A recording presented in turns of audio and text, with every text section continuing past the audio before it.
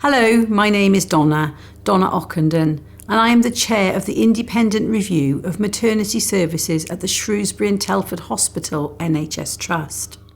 With the further easing of the lockdown restrictions, we resumed our private and in-person meetings with families. It was good to have the opportunity to meet with some of you face-to-face through the family meetings held in Shrewsbury in May, June and July. We will be in contact with those of you that we would like to meet with.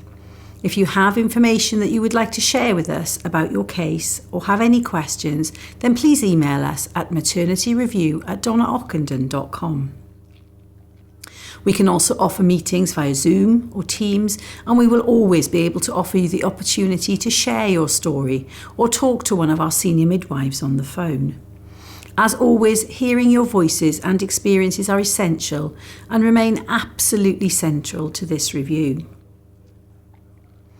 The best email to contact the team on is maternityreview@donnaockenden.com, as this is checked daily and we respond as quickly as we can. Today, I am updating you on recent developments in maternity services across the country and about the continuing efforts towards making maternity care across England safer. I will also tell you about the closure of the Staff Voices questionnaire survey, the handover of the Facebook page to families, and the overall progress of the review and further changes taking place across maternity services since the publication of our first report in December. Following family feedback that not everybody was able to watch a live recording of my update because of work or family commitments, we are trialling today a pre-recorded version which we will then aim to get onto the websites as quickly as possible. This is available for you to watch as and when you're able to. I'm interested in your feedback. Which do you prefer? A live version or this pre-recorded version? Is there any difference? Please let me know what you think. Developments in improving maternity services. Over the past few months, there have been several announcements related to England's maternity services, which have highlighted how critical it is that the voices of families are heard, and have also increased the call for improvements to maternity services across the country. Here is a quick snapshot of the announcements made in June and July. On Tuesday, 6th of July, the Health and Social Care Committee of the House of Commons, chaired by Jeremy Hunt MP, published their report on maternity safety in England. They reported that whilst improvements in maternity safety have been made, progress overall has been too slow. MPs recommended urgent action to address staffing shortfalls, with staffing numbers identified as the first and foremost essential building block in providing safe maternity care. As a result, the committee has said that maternity services required an immediate investment of £350 million in order to prevent avoidable harm to women and babies. My review team and I contributed to the expert panel's call for evidence, and this is described in the report. Most of my team are actively involved in providing day-to-day maternity care in their own NHS trusts. They work across the country from Leeds down to Plymouth, and therefore will see on a daily basis how this additional funding impacts on the delivery of everyday care in maternity services across England. Since the start of the review, my independent review team has been made up of 85 independent midwives, obstetricians, neonatologists, anaesthetists and others, drawn from 30 NHS trusts. Through these colleagues, I am confident that I get a very accurate day-to-day picture of how maternity services are in the here and now. On the 5th of July, the government announced an investment of £2.45 million, which will be used by the Royal College of Obstetricians and Gynaecologists, RCOG, to find the best ways of spotting early warning signs of fetal distress in labour.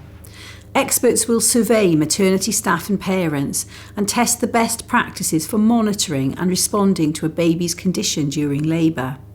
The Minister, Nadine Dorries MP, has said it will help us deliver on our ambition to halve brain injuries during birth by 2025. Working with the Royal College of Midwives RCM and the Healthcare Improvement Studies Institute at Cambridge University, this important work by the RCOG will begin with a review of current practices. We hope this snapshot has helped to update you on the current national picture of maternity services. Staff voices. Alongside your voices, it is very important that staff voices are heard as part of our review.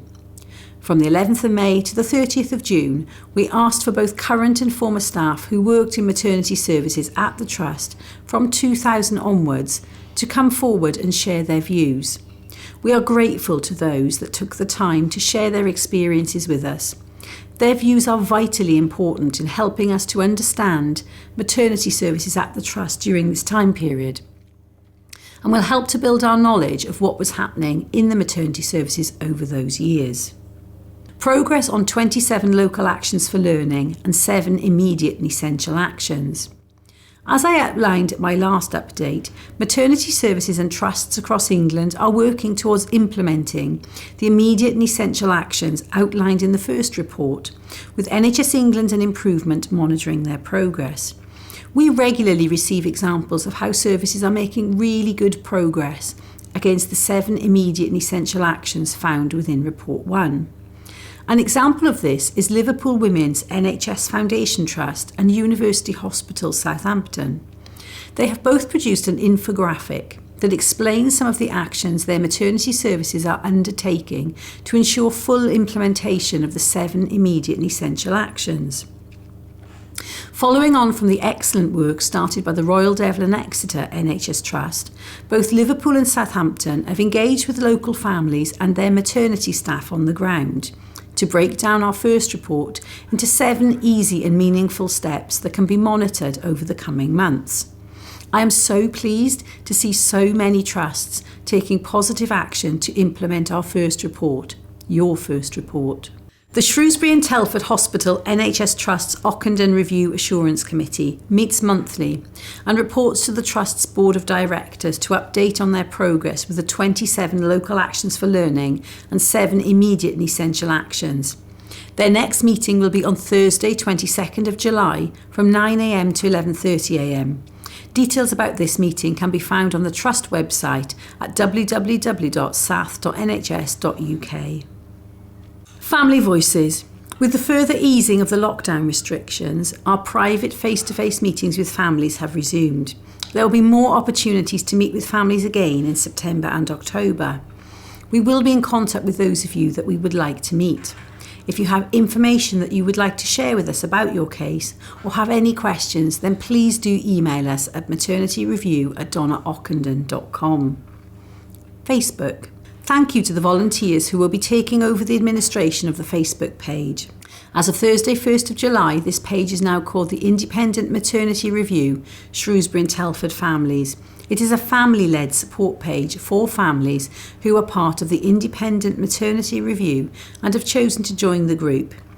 The page is now run by families for families, and as such, posts on the page are the views of the members of the Facebook group who make them and do not represent the views of the review team.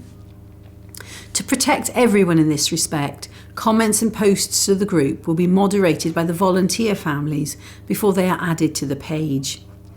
I would like to take this opportunity to remind you that I appreciate that many of you will have had very difficult, often life-changing experiences, and some of you may want to share details of personal experiences in relation to the issues you faced with your maternity care and treatment. However, in the interests of the review and all of the families who are part of it, I ask you to share your details and personal stories directly with the review team via email rather than publicly sharing them in the Facebook group.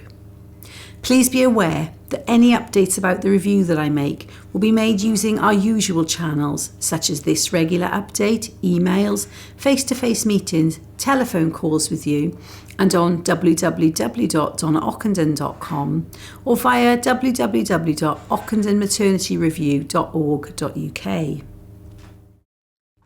Support for families.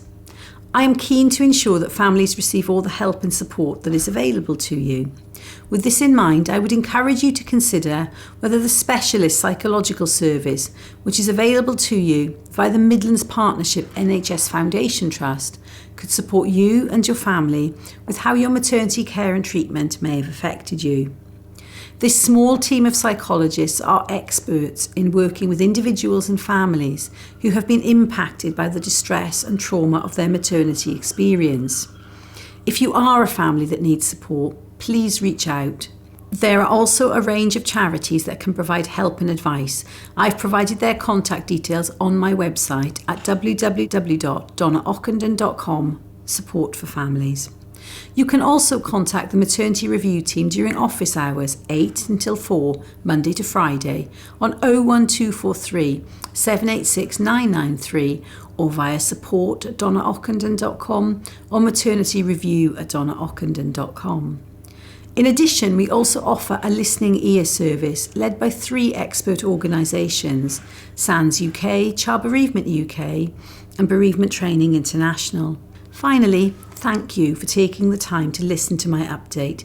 There will be another update on the 21st of September. Details about this will be sent to you nearer the time. Thank you for listening.